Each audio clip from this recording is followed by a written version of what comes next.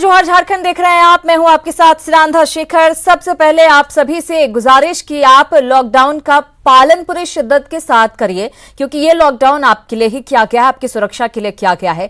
Social distancing बनाए रखेंगे तभी कोरोना को मात दे सकते हैं। चलिए अब आपको बताते हैं झारखंड से क्या कुछ अपडेट कोरोना को लेकर आ रही है। झारखंड में कोरोना के अब तक 115 संक्रमित मरीज सामने आ चुके हैं, तो 115 पर आंकड़ा पहुंचा है। 27 मरीज इलाज के बाद ठीक हुए हैं, जबकि 3 अभी मौत का आंकड़ा है झारखंड में। 2 दिन में कोरोना का एक भी केस सामने नहीं आया है, ये राहत की बात कही जा सकती है। वहीं रिम्स में आज से एक बार फिर से सैंपल की जांच की जा रही है, इसे एक बड़ी राहत कहा जा सकता है। हिंदपीढ़ी में भीड़ जुटने पर अब पार्षद जिम्मेदार होंगे। हिंदपीढ़ी वो इलाका जहां सबसे ज्यादा मामले सामने आए हैं। कोरोना पर झारखंड में 34 कंटेनमेंट जोन बनाए गए हैं। IIT ISM धनबाद में अब ऑनलाइन पढ़ाई की व्यवस्था की गई है, ताकि छात्रों का नुकसान कम से कम हो। 33% कर्मियों के साथ कोल्हान यूनिवर्सिटी जो है खोल दिया गया है। नगर निकाय कर्मियों का 50 लाख का बीमा कराने की बात कही गई है। 30 जून तक अब आप बिजली का बिल जमा करा सकेंगे। इधर कोरोना जांच के दौरान रिम्स के माइक्रोबायोलॉजी विभाग का लैब टेक्नीशियन संक्रमित हो गया था, और इसे लेकर ICMR की गाइडलाइन के मुताबिक 2, 3 और 4 मई को लैब को बंद रखा गया। आज एक बार फिर लैब को खोल दिया गया है और कोरोना की जांच शुरू कर दी गई है। रिम्स प्रबंधन अब इस बात की कोशिश में है कि कैसे लैब के स्टाफ को संक्रमण का खतरा कम हो, और इसके लिए उपाय भी कर रहा है। सावधानियां ये बढ़ती जा रही हैं कि हम जो कलेक्शन पहले करते थे, तो कलेक्शन की एक अलग टीम होंगी जो हमें एक CRF फॉर्म के साथ में जाकर के वो कलेक्शन आएगा, और तो क्या एक सेग्रीगेशन हो जाएगा। कलेक्शन की टीम अलग रहेंगी और यहाँ जो शॉर्टनिंग और सैंपल टेस्टिंग की टीम अलग रहेंगी, तो ये डिस्टेंस मेंटेन होगा, जिससे कि हमारा चांसेज है किस तरह का कंटामिनेशन का चांसेज। और कोरोना के बीच सियासत भी जारी है। गिरिडीह से GMM विधायक सुदीप कुमार ने बीजेपी विधायक दल के नेता और पूर्व CM बाबूलाल मरांडी पर हमला बोला है। GMM विधायक ने कहा कि कोरोना संकट में सभी सांसद और विधायक अपने अपने क्षेत्र में रहकर लोगों की मदद करने में लगे हुए हैं। ऐसे संकट की घड़ी में बाबूलाल मरांडी रांची में बैठकर सरकार को चिट्ठी लिख रहे हैं, और उनके विधानसभा के प्रवासी मजदूर सदर विधायक को मदद के लिए फोन करते हैं। उन्होंने बाबूलाल मरांडी से निवेदन किया है कि वो अपने क्षेत्र में रहकर लोगों की मदद करें। रांची में बैठने से कोई लाभ नहीं है। लेकिन मैं आपके माध्यम से पूछना चाहता हूं आदरणीय बाबूलाल जी से, जो इस जिले के राजधनवार विधानसभा से विधायक हैं, इस पूरे कोरोना महामारी के कार्यकाल में एक दिन भी क्षेत्र की जनता के समक्ष उनकी चिंता को जाहिर करते हुए उनका कोई भी कर्तव्य अगर आपको दिखा हो तो आप बताएं। बड़ा दुर्भाग्यपूर्ण यह है। बीजेपी नेता बाबूलाल मरांडी ने कहा है कि कोरोना संकट में वो सरकार को पत्र लिखकर राजनीति नहीं कर रहे, बल्कि जरूरी चीजों के प्रति ध्यान आकर्षित कर रहे हैं। वहीं विपक्ष की ओर से क्षेत्र में नहीं जाने के आरोपों पर भी उन्होंने सफाई दी है। अच्छा, पहली बात तो मैं ये कह रहा हूँ कि भैया हमने कोई आरोप नहीं लगा। हम तो सरकार से मैं बार बार कहता हूँ भैया आप ये काम करो जो आज के लिए जो जरूरी है। आप मेरा जितनी भी चिट्ठी आप देख लीजिए, हमने उसी से संबंधित रहा है जो उनको काम करने के लिए हमने याद कराया, ताकि और तेजी हो सके। मैं जानता हूँ कि सत्ता में जो लोग बैठे होते हैं उनको माने बहुत गिरे हुए भी रहते हैं, बहुत कुछ हर कोई नहीं समझ सकता है। तो हमारे भी जो मन में बातें आती है वो सुझाव हम सरकार को पत्र के माध्यम से हम देते हैं, ताकि सरकार अगर उचित समझे, जरूरी समझे तो उसको भी काम में लगा सकते हैं। रही बात हमको अपने क्षेत्र में, तो लॉकडाउन के समय तो हम घूम नहीं सकते। हम नहीं चाहते हैं कि लॉकडाउन के नियमों को हम तोड़ें। वहीं बीजेपी नेता बाबूलाल मरांडी ने कहा कि मजदूरों को झारखंड लाने के लिए रेलवे की ओर से कोई पैसे नहीं लिए गए हैं। रेलवे ने इसमें 85%, जबकि राज्य सरकार ने 15% किराया वहन किया है। उन्होंने इस मामले पर झारखंड सरकार के मंत्रियों की ओर से जारी बयानबाजी पर नाराजगी जताई है। रेलवे कोई पैसा नहीं ले रही है। रेलवे ने साफ कहा कि भाई 85% रेल मंत्रालय व्यय कर रही है, और रेल मंत्रालय ने ही, रेलवे ने ही जिस राज्य से लोग चढ़ रहे हैं उनको वहाँ टिकट उपलब्ध करा दिया कि आप 15% राज्य सरकार उसका व्यय करें। वो भी इसलिए 15% को किया गया, बाकी वो भी राज्य सरकार अपने देते, ताकि भीड़ का कंट्रोल हो सके। अगर सीधे कह देंगे कि भाई सीधे लोग दौड़ के आए तो 15% तो कांग्रेस तो कह ही रही कि हम पैसा देने को तैयार हैं। तो भाई जब महाराष्ट्र राज्य से लोग आ रहे थे या जहाँ कहीं भी, तो जो आने वालों के लिए वहीं से वो पैसा देते कांग्रेस पार्टी। ये बार बार खाली बोल रही है, क्यों बोल रही है, इसमें क्या मतलब था? तो बाबूलाल मरांडी साफ साफ इस बात से इनकार करते हुए नजर आए हैं कि रेलवे की तरफ से किसी भी तरह का पैसा मजदूरों से लिया गया है। इधर हिंदपीढ़ी इलाके में लॉकडाउन का पालन सख्ती से कराने में जिला प्रशासन जुटा हुआ है। इसे लेकर नई रणनीति भी बनाई जा रही है और यही वजह है कि अब इलाके के वार्ड पार्षद को भी लॉकडाउन का पालन कराने के लिए जिम्मेदार बनाया गया है। इसके लिए पंचायती राज अधिनियम का सहारा लिया गया है। ट्रैफिक एसपी ने बताया कि पुलिस को देखकर अधिकतर लोग भाग जाते हैं, जिसे देखते हुए ये व्यवस्था लागू की गई है। सेक्शन 10 सब क्लॉज 33 के तहत हम लोग वार्ड पार्षद महोदय लोग से अनुरोध कर रहे हैं कि जब लॉकडाउन का वायलेशन में पुलिस जाती है तो पुलिस को देख के लोग भाग जाते हैं। तो हम लोग आदेश दिए हैं कि कोई पुलिस वाला अगर कोई भीड़ भाग भी रहा है तो कम से कम उसका फोटोग्राफ खींच ले। अगर उसका चेहरा आता है तो चेहरा के मतलब प्रखंडित होने के आलोक में हम लोग वार्ड परिषद से पूछ सकते हैं कि भाई कृपया सत्यापन करके बताएं कि व्यक्ति कौन था जो पुलिस को देख के भाग रहा है। इतना ही काम है ताकि लॉकडाउन को हम लोग सक्सेसफुली एनफोर्स करा। और कोरोना बंदी के दौरान शिक्षा की धारा में कोई रुकावट न आए, इसको लेकर राज्य सरकार डिजिटल का हर प्लेटफॉर्म तलाश रही है। प्रदेश में पहली बार गिरिडीह जिले में केबल नेटवर्क के जरिए इसकी शुरुआत हो चुकी है।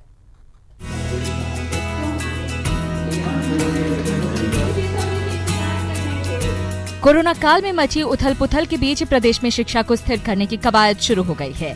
गिरिडीह में शिक्षा मंत्री ने सीसीएल डीएवी के सहयोग से केबल टीवी के जरिए ऑनलाइन पढ़ाई का शुभारंभ किया। केबल टीवी के माध्यम से प्रदेश में पहली बार शुरू हुए ऑनलाइन क्लासेस से पूरे गिरिडीह जिले के 9वीं से 12वीं तक के छात्रों को विशेष फायदा मिलेगा। पूरे राज्य में पहले केबल सिस्टम पढ़ाई शुरू किए हैं। हमारे मैडम अभी 2 बात बोल रहे थे। बच्चों तक सुलभ कराने का एक प्रयास है। डिजिटल शिक्षा के मायने आज तक मोबाइल में या यूट्यूब में या लैपटॉप या कंप्यूटर पर थे। हम लोग इसको अगले आयाम तक घरों के टेलीविज़न तक पहुंचाने का प्रयास कर रहे हैं। लेकिन आप केबल के द्वारा जो ऑनलाइन टीचिंग की व्यवस्था कर रहे हैं वो काफ़ी सराहनीय है और उसको कोई रोक नहीं सकता। केबल नेटवर्क के जरिए डिजिटल क्लासेस को लेकर 59 विभिन्न विषयों के शिक्षकों का एक पैनल बनाया गया है, जिसमें 37 सरकारी स्कूल के और 22 शिक्षक निजी स्कूलों के होंगे। इस पहल से सरकारी और निजी स्कूलों के 9वीं से 12वीं तक के छात्र हर दिन 4 घंटे ऑनलाइन क्लासेस कर सकेंगे। बहुत ही ज्यादा आवश्यक है, खासतौर पे क्लास 9, 10, 11 और 12 के बच्चों के लिए जिन्हें बोर्ड एग्जाम देना होता है उनके लिए एक दिन बहुत महत्व रखता है। एक लंबे चौड़े सिलेबस को कवर करना होता है। गिरिडीह शहरी क्षेत्र में करीब 40,000 घरों में केबल कनेक्शन है और डिजिटल क्लासेस का प्रसारण जिले के सभी केबल नेटवर्क पर किया जाएगा। अब सरकार की कोशिश इसे जल्द ही पूरे प्रदेश में लागू करने की है। गिरिडीह से सुरेश के साथ रांची से संजय कुमार सिन्हा की रिपोर्ट। और झारखंड में डिजिटल पढ़ाई को बढ़ावा देने को लेकर राज्य सरकार योजना बना रही है, जिसको लेकर शिक्षा मंत्री हर एक जिले में जाकर अधिकारियों के साथ योजना बना रहे हैं। जमशेदपुर में शिक्षा मंत्री जगन्नाथ महतो ने उपायुक्त कार्यालय में शिक्षा विभाग के कई अधिकारियों के साथ बैठक की। शिक्षा मंत्री ने कहा कि कोरोना की वजह से फिलहाल स्कूल बंद हैं, इसलिए प्राइवेट स्कूलों को फीस नहीं लेनी चाहिए। शिक्षा मंत्री ने कहा कि इस मामले की जांच कराई जाएगी और जांच रिपोर्ट के आधार पर स्कूलों को निर्देश दिया जाएगा कि डिजिटल पढ़ाई हम कैसे करें, आगे कैसे बढ़े, झारखंड को हम कैसे आगे बढ़ाएंगे। इसीलिए हम लोग सभी जिला में 1-1 घंटा कार्यक्रम करें, सभी अधिकारियों को बात करें कि आपका क्या समस्या है, आपका नेट प्रॉब्लम है कि नहीं। सभी हमारे शिक्षक बच्चों का अभिभावक के पास ऑनलाइन मोबाइल है या नहीं। यही जानकारी के लिए हम क्षेत्र में घूम रहे हैं। खबर रांची से, जहां साइबर ठगी का बड़ा मामला सामने आया है। शिक्षा विभाग के प्रधान सचिव से साइबर ठगों ने कोरोना राहत के नाम पर 15,000 रुपए की मांग की। इसके लिए साइबर ठगों ने शिक्षा विभाग के प्रधान सचिव को व्हाट्सएप पर मैसेज किया। मैसेज में पीएम मोदी की तस्वीर लगी हुई थी। शक होने पर शिक्षा सचिव ने सीआईडी से जांच कराने को कहा है। इधर पुलिस विभाग की साइबर अपराध शाखा मोबाइल नंबर और मैसेज की जांच कर रही है। से उसमें माननीय प्रधानमंत्री जी के नाम को लेके कोई लिंक और उनके फोटो सहित किसी ने भेजा था, तो प्रथम दृष्टया ही लगा कि वो गलत है। ऐसे तो फर्जी बहुत सारे ऐसे आते रहते हैं, लेकिन ये चूँकि ये बहुत स्पेसिफिक था, इसलिए मैंने जो हमारे सीआईडी के डीजी साहब उनको फॉरवर्ड कर दिया था।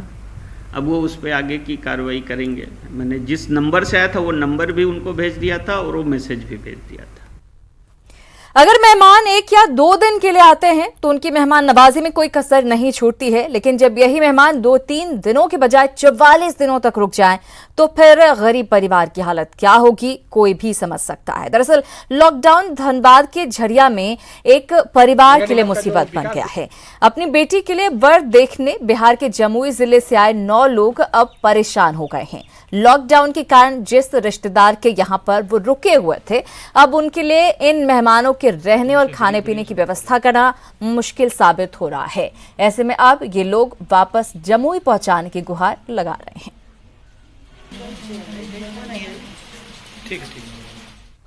रांची नगर निगम कोरोना के संक्रमण से लड़ रहा है, तो वहीं दूसरी तरफ गर्मी में पानी की किल्लत ने निगम की परेशानी को बढ़ा दिया है।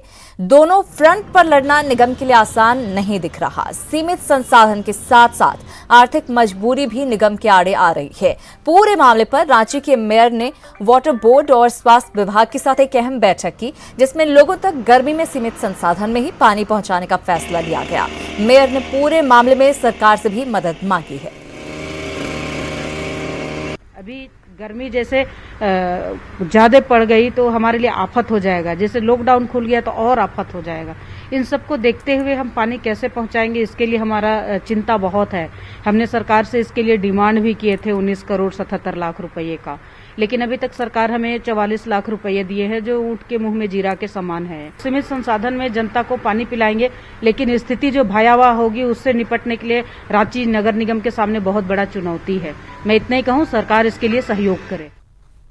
इधर पाकुड़ में प्रवासी मजदूरों का आना लगातार जारी है। अब तक 202 प्रवासी मजदूर पाकुड़ पहुंच चुके हैं। केरल, कर्नाटक, बिहार सहित अन्य राज्यों से मजदूर पहुंच रहे हैं। रेलवे स्टेशन से मजदूरों को बस से लाया जा रहा है और बाजार समिति में पंडाल बनाया गया है, जहां जांच के बाद अगर सब कुछ ठीक होता है तो होम क्वारंटीन के लिए उन्हें भेजा जाता है। संवाददाता केसी कुंदन ने इसका जायजा लिया है।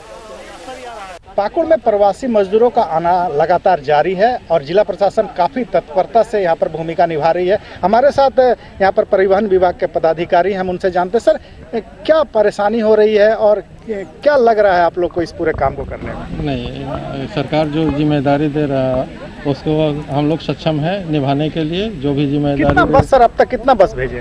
अब तक 2 हमारा स्टेट के बाहर गया है, जिसमें एक हमारा आरा बिहार था, एक झारसुगुड़ा उड़ीसा गया था। तो जो दोनों हमारे संभावना सर कितना मजदूर पाकुड़ आ सकता है? उसका लिस्ट प्रिपरेशन होते जा रहा है। उस हिसाब से हम लोग जहां अधिक है वहां के लिए हम लोग बस भेज रहे हैं और आपस में समन्वय सभी जिला आपस में समन्वय बना के भी चल रहा है। जहां पर उसको एक दो व्यक्ति भी मिल रहा है तो वो अपने नज़दीकी जिले वाले उसको साथ में लेके आ रहे हैं। बात करने के लिए बहुत बहुत धन्यवाद सर। तो हम आपको दिखाना चाहेंगे कि यहाँ पर देखिए किस तरह से जांच चल रहा है और जांच में हर एक बिंदु को टच किया जा रहा है कि किसी भी तरह से कोई चूक ना हो। जो सोशल डिस्टेंसिंग की जो बात है वो पूरी तरह से फॉलो हो रहा है। यह है और टेबल लगा करके मजदूरों को जो आ रहे हैं बाहर से उनको बैठाया जा रहा है, उनको नाश्ता पानी दिया जा रहा है। साथ ही जिला प्रशासन राशन का भी व्यवस्था की रही, क्योंकि ये मजदूर जब घर जाएंगे तो इनको किसी तरह की परेशानी ना हो। साथ ही मनरेगा से इनको जोड़ा जाएगा और यहाँ पर तमाम वो बातें चल रही है, कार्रवाई चल रही है और जांच चल रही है जो सरकार का दिशा निर्देश है। यहाँ पर एक पंडाल भी बना दिया गया चूँकि बारिश की दिन है, किन्हीं को कोई परेशानी ना हो, यहाँ पर सब आराम से काम कर सके। और मजदूर वहाँ पर आए हैं, काफ़ी खुश हैं और वो अपने घर को जाने के लिए काफ़ी उत्साहित है। जिला प्रशासन छोटी वाहनों से उनको घर तक पहुँचा रहे हैं और होम क्वारंटाइन का विशेष निर्देश जरूर दे रहे हैं। कुंदन कुमार, न्यूज़ 18 पाकुड़। और छत्तीसगढ़ के रायपुर में झारखंड के करीब 1200 मजदूर फंसे हुए हैं। इन मजदूरों को झारखंड लाने का काम अब शुरू कर दिया गया है। चाईबासा से 12 और जमशेदपुर से 28 बसें रायपुर के लिए रवाना हुए हैं। इन बसों से मजदूरों को झारखंड लाया जाएगा। मजदूरों को लाने के बाद उनके स्वास्थ्य की जांच कर फिर उन्हें उनके घर भेजा जाएगा। 12 गाड़ी रवाने का कार्य शुरू हो गया है। ये गाड़ी जाएंगे रायपुर, वहाँ के झारखंड के जितने मजदूर भाई जो फंसे हुए हैं उनको वापस लाने के लिए ये बस भेजा जा रहे हैं। ये न केवल पश्चिमी सिंहभूम या कोल्हान बल्कि पूरे राज्य का जितने भी जिले हैं उसका कोई भी निवासी मजदूर अगर फंसे हुए हैं तो उनको लाने के उद्देश्य के साथ इसको भेजा जा रहा है।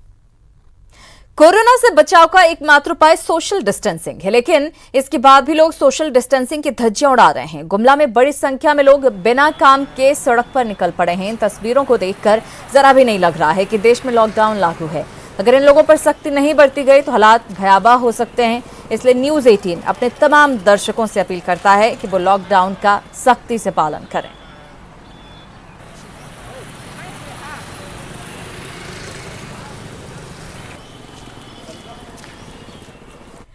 कोरोना के खिलाफ जंग में हेल्थ से जुड़े लोग जहां फ्रंट पर कमान संभाल रहे हैं, वहीं कई ऐसे चेहरे भी हैं जो एक मजबूत बैकअप के तौर पर उन्हें संसाधन मुहैया करा रहे हैं। जी हां, हजारीबाग की बेटी मेनका देव उन्हीं में से एक है। कोरोना महामारी के खिलाफ जंग में हजारीबाग की बेटी मेनका देव भी एक वॉरियर की भूमिका में नजर आ रही हैं। एयरलाइंस एयरवेज से जुड़ी मेनका देव देश के कोने कोने में दवा, वेंटिलेटर और उपकरण समेत जरूरी सामान हवाई माध्यम से पहुंचाने में जुटी हैं। अपने 2 बच्चों को घर में छोड़कर अपनी जिम्मेदारी निभा रही मेनका देश सेवा को सबसे ऊपर मानती हैं। हम अलायंस एयर के विमानवाहक दल अपनी अथक सेवाएं इस देश को समर्पित करते हैं ताकि इस देश का हर एक नागरिक इस जानलेवा वायरस से पूरी शक्ति के साथ लड़ सके और इसे जल्द से जल्द हरा सके। नमस्कार, जय हिंद। मेनका देव बतौर क्रू मेंबर प्रधानमंत्री के साथ नेपाल यात्रा भी कर चुकी हैं। हजारीबाग में मेनका का पूरा परिवार अपनी बेटी के योगदान पर गर्व कर रहा है। जब बहुत छोटी थी तो कहा करती थी देश सेवा करूंगा, आज देश की सेवा करिए। उनके 2 छोटे छोटे बच्चे हैं जिनको वो घर में छोड़ के आज देश सेवा में लगी हुई है। वो देश के हर कोने में अपनी टीम के साथ जा रही है ताकि जो भी दवा हो, जरूरी उपकरण हो, वो देश के हर कोने में पहुंच सके। हमारे लिए तो बहुत ही गर्व की बात है कि हमारे घर की बेटी कोरोना जैसी महामारी में देश की सेवा और मदद कर रही है, तो इसके लिए तो हम लोग सब उसको आशीर्वाद ही देंगे। जमीन पर संक्रमण के इस दौर में मेनका देश भर की जरूरतों के लिए उड़ान भरती नजर आती हैं। आज कोरोना के खिलाफ जंग का मेडिकल साजो सामान गंतव्य तक पहुंचाना ही मेनका की मंजिल है। न्यूज़ 18 भी ऐसी बेटियों को उनके योगदान पर गर्व और सलाम करता है।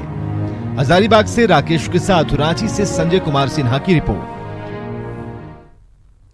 कोरोना से मुक्ति के लिए जहां पूरा विश्व लगा हुआ है, तो वहीं जमशेदपुर में लॉकडाउन में फंसे दर्जनों साधु अब कोरोना से मुक्ति के लिए अनोखा यज्ञ कर रहे हैं।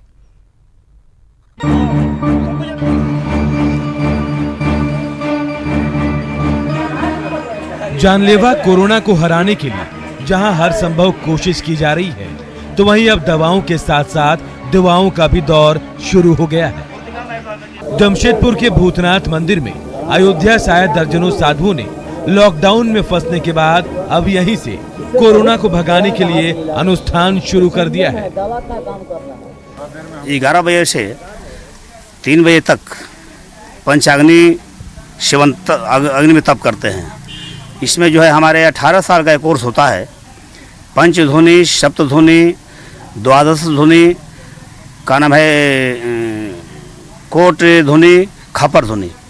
इससे जन कल्याण और जो हमारे रोग जो दुख है बीमारी महामारी जो होता है उसमें बहुत बड़ा सहयोग होता है।